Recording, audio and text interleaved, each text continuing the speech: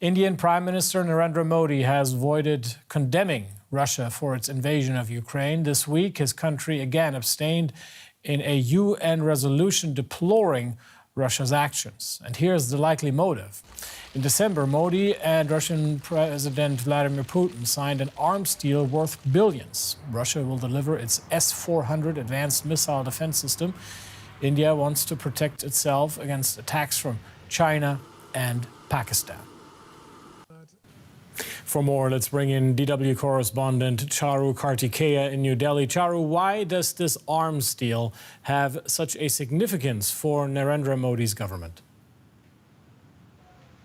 Well, Chris, I think it's not just this arms deal, but the entire gamut of this arms trade relationship that India has with Russia is very important for India.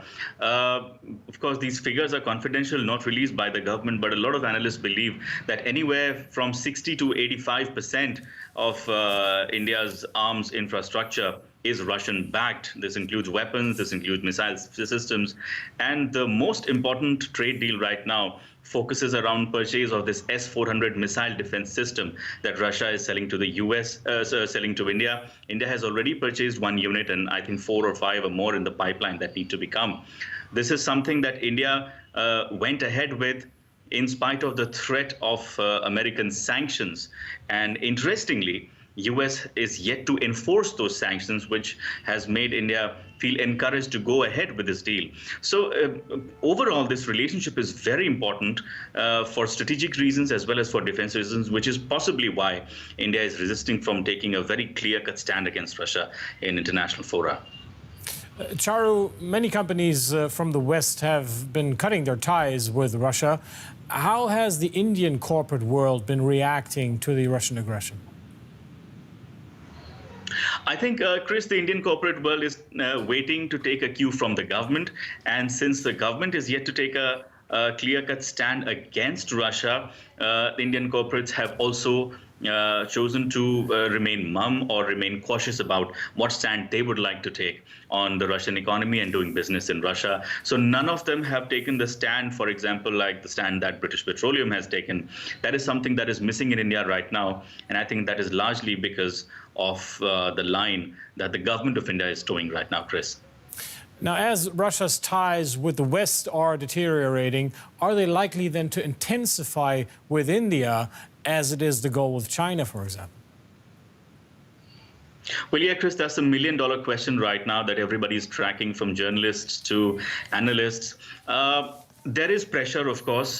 Just 2 days ago, the German ambassador in New Delhi, he gave this interview to a media organization in which he said that Germany is hoping that India will change its voting pattern at the United Nations. Now, that's a very clear-cut statement. But we haven't yet heard what German Chancellor has told Indian Prime Minister, for example, or what US President, for example, has told Indian Prime Minister very categorically.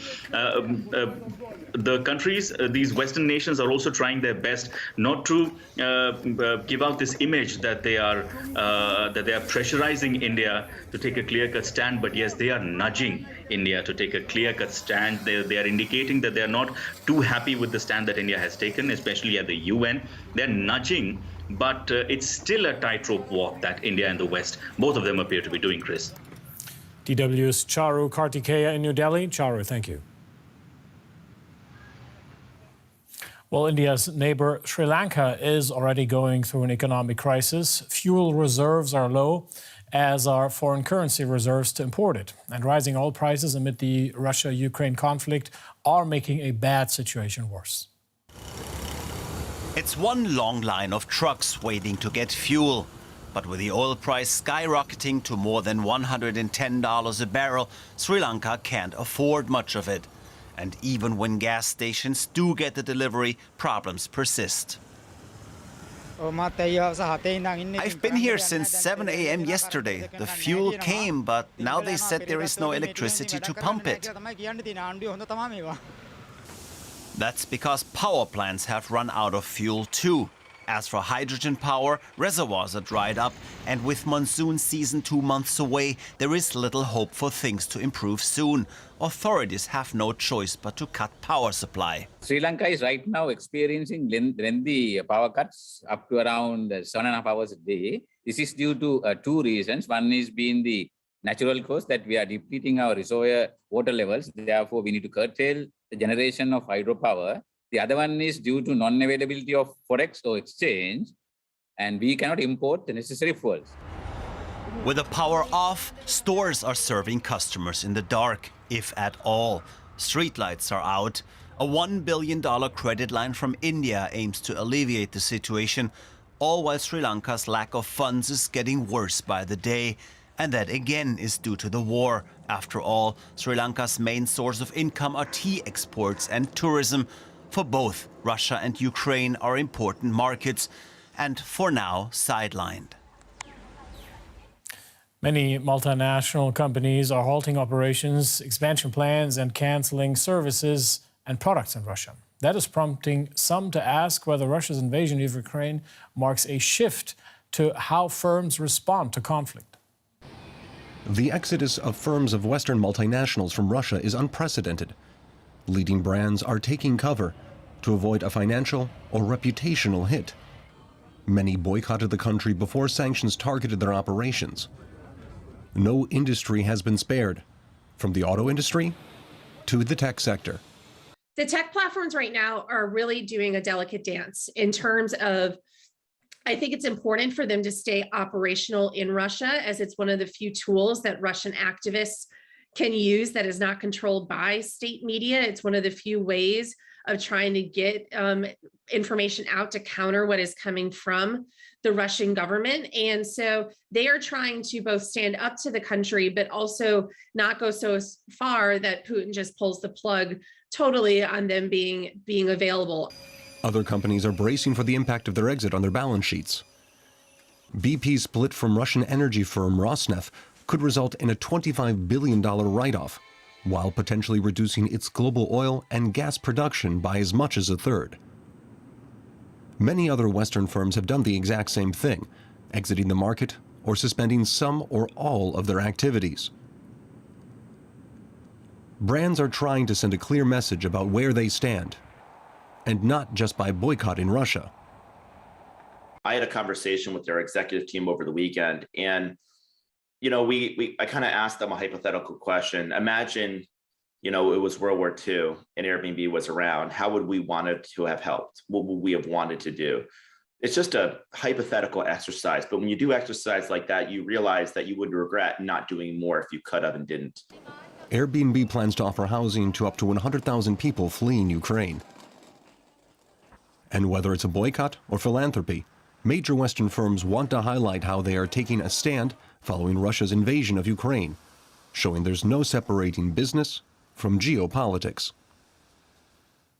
For more on this, I'm now joined by Allison Stewart Allen, founder and CEO of International Marketing Partners.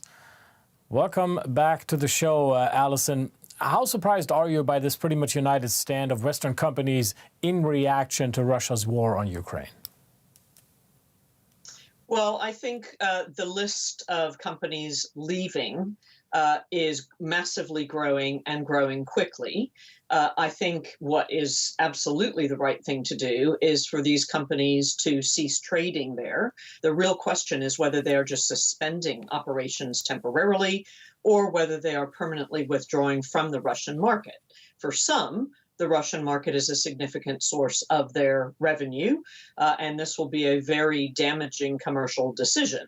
However, the upside of that is that they build trust with the range of stakeholders, their consumers, their suppliers, their employees, their investors. So no doubt these companies will have weighed this up before making such a decision.